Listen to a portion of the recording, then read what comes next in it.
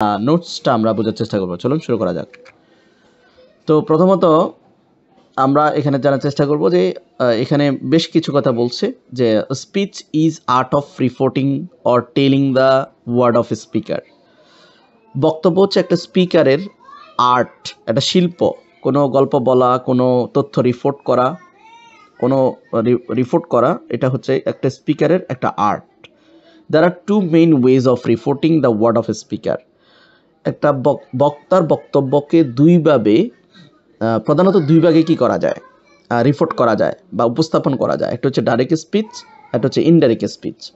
তো ডাইরেক্ট স্পিচটা আমরা একটু জানার চেষ্টা করি। Direct speech expresses the exact word or spoken or written by someone within quote marks.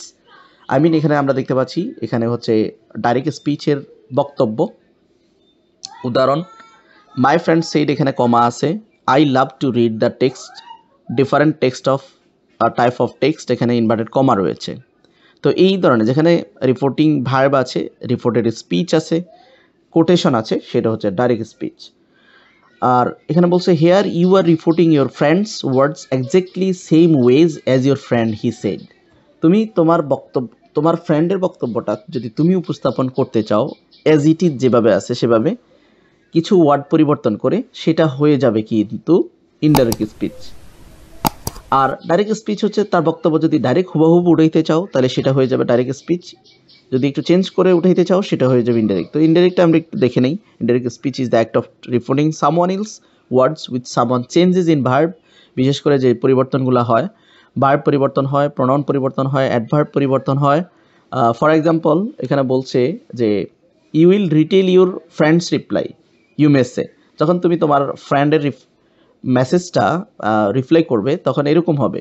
আগে যে আমরা সেন্টেন্সটা দেখেছিলাম, মাই ফ্রেন্ড রিপ্লাইড দ্যাট, এখানে দ্যাট ব্যবহার করা হয়েছে। She loved to read different types of text. Let's look into the changes to speeches. এখানে দুইটা স্পিচের মধ্যে কী পরিবর্তন হয়েছে। প্রথমটা আছে এখানে আমরা দেখতে পাচ্ছি মাই ফ্রেন্ড সেইড না লেখা আমরা এখানে রিপ্লাইড দেওয়া হয়েছে। ওকে, তারপরে এখানে আমরা লিঙ্কিং ওয়ার্ড হিসেবে দ্যাট ব্যবহার করা হয়েছে। এখানে আয়ের পরিবর্তে এখানে শি ব্যবহার করা হয়েছে আয়ের পরিবর্তে, এবং থিঙ্কের পরিবর্তে থট ব্যবহার করা হয়েছে। কারণ আমরা ন্যারেশনের কিছু রুল আমরা জানি। এখানে আয়ের পরিবর্তে শি ব্যবহার করা হয়েছে, এখানে লাভের পরিবর্তে লাভড ব্যবহার করা হয়েছে, বাকিগুলো অ্যাজ ইট ইজ যেভাবে আছে সেভাবে। তার মানে কি এখানে ইনডাইরেক্ট স্পিচে আমরা দ্যাট কানেক্টর হিসেবে ব্যবহার করেছি, প্রোনাউন আইটার পরিবর্তে শি ব্যবহার করেছি। তারপরে ভার্ব যেমন থিঙ্ক এবং লাভের পরিবর্তে আমরা থট অ্যান্ড লাভড ব্যবহার করেছি।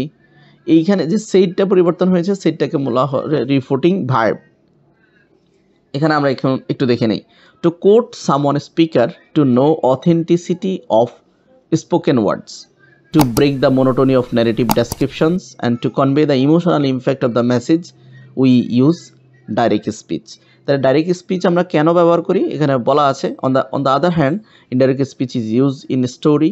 ইনডাইরেক্ট স্পিচটা বিশেষ করে ব্যবহার করা হয় স্টোরিতে, স্টোরি টেলিংয়ে, জার্নালিজম, সাংবাদিকতায় বা বিভিন্ন পত্রপত্রিকায় আমরা ইনডাইরেক্ট স্পিচে দেখি, একাডেমিক রাইটিংয়ে দেখি।